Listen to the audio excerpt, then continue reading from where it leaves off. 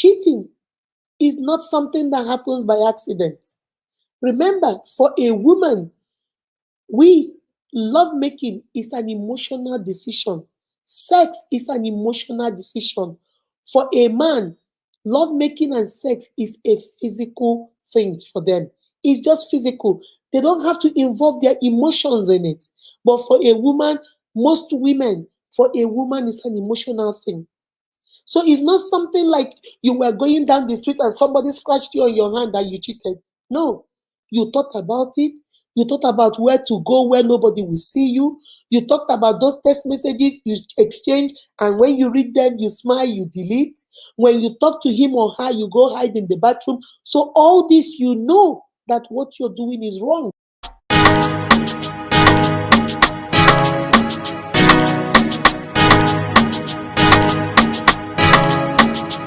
Live from Atlanta, Georgia. Beautiful, wonderfully made by God. Welcome to the Big Show.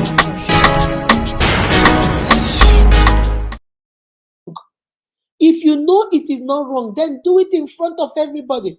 Stay in front of your husband and be saying, "Hey, honey, how are you doing? Let's meet at the hotel." No, you can't, because you know in your heart of heart that what you're doing is wrong. You know in your heart of heart that you're not supposed to cheat. So when you are doing it so boldly, you already know that it's not good, but you don't care.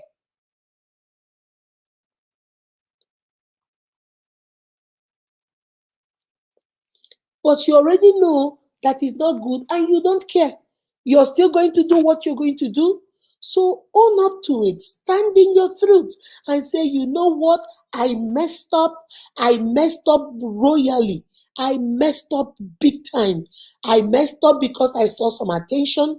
I messed up because I don't know what happened to me. Be honest about it. And then go ask for forgiveness.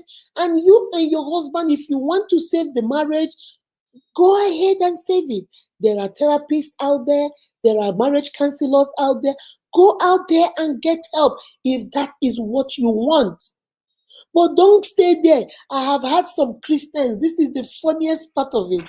I have had some women say, "Oh, we are praying that Jezebel must go.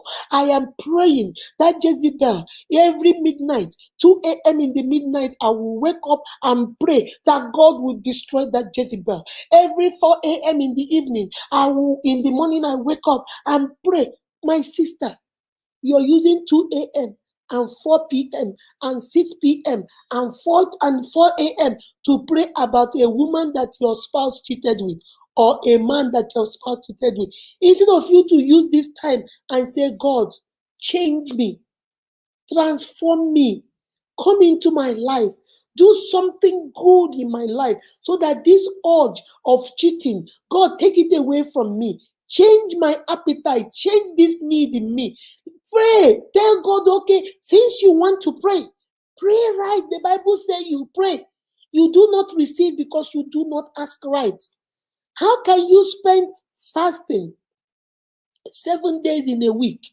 7 days in a week. Sometimes some people tell me they fast for 30 days. Sometimes they say they went to some prophet and those prophets told them, fast for 30 days.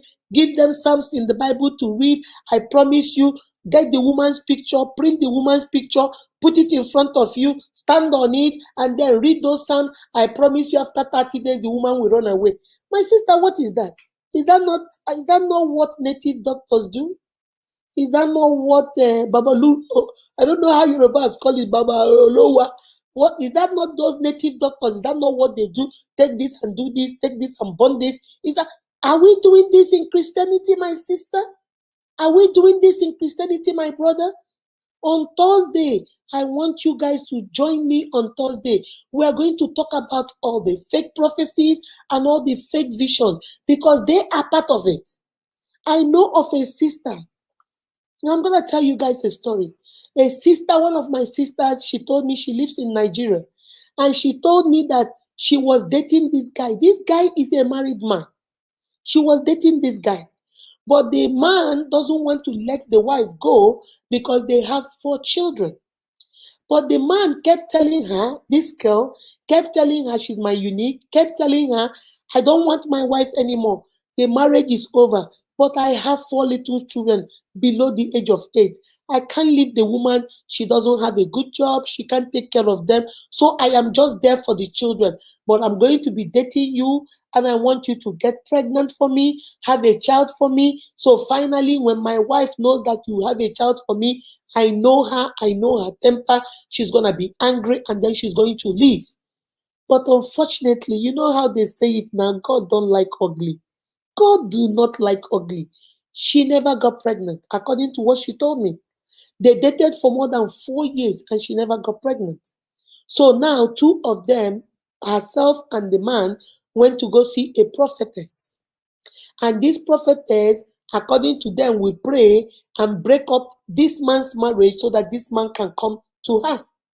And when they got to the man to the prophetess gave them some books of the, I think, Psalm, some chapters in Psalm, and said that every 12 midnight, the man should wake up in his house, kneel by the bed, and the girl should also wake up in her own house.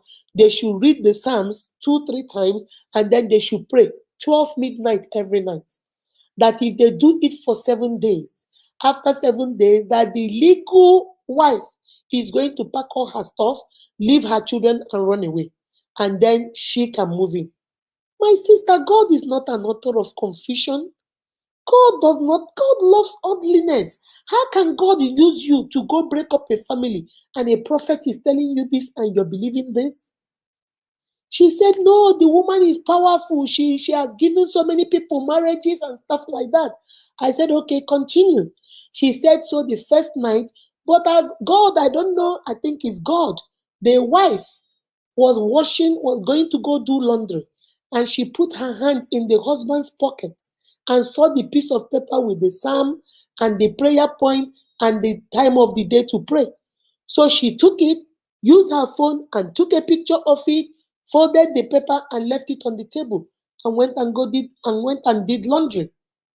So that night, midnight, because now she and her husband, because the wife now found out that he was cheating with this girl. So they had a little bit of the exchange some words. So the girl was in the master bedroom and the man is now sleeping in the guest room. That 12 midnight, the man woke up, called the girlfriend, two of them knelt down, reading the same psalm. Guess what happened?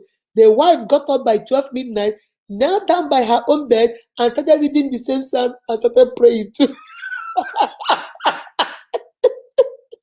I tell you guys, God has a wonderful sense of humor. The girlfriend is praying in her house, the husband is praying in the guest room, and the wife is praying the same prayer in the bedroom. After 7 days, the wife did not go nowhere. So the girlfriend and the husband went back to the prophetess to say, what happened? This is 2 weeks now. She has not left, and it doesn't even look like she's going anywhere. So what's going on? Oh, the prophetess said, bring more money. If you bring more money, I'll give you anointed oil every night. I want the husband to rub it on the woman's hair, and after 7 days, he'll pack and leave. The man did that one. The woman did not go anywhere. The woman was still in that house. Because when the woman saw the anointed oil, she went and poured some into her own container. So when the woman rubs, because the man all of a sudden said, oh, I'm coming back to sleep in the master bedroom. I'm coming back into the bedroom. I'm not sleeping in the guest room, so that he'll be able to rub it when she falls asleep. So when she falls asleep, the man will rub the anointed oil. And when the man fall asleep, the woman will rub the anointed oil on the man's head.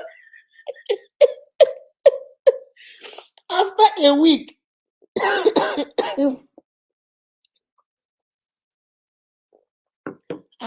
week, she did not go anywhere. 2 weeks, 3 weeks, 4 weeks, she did not go anywhere.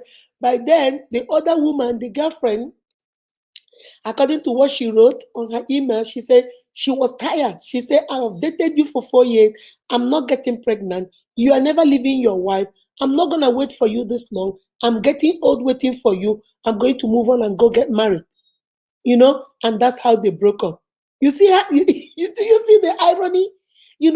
You are here praying, God, that woman, the other woman, the other man, God, fire, fire, kill them, fire. You don't know how, you think she's not praying too? You think she's not praying? The question is, does God answer that kind of prayer?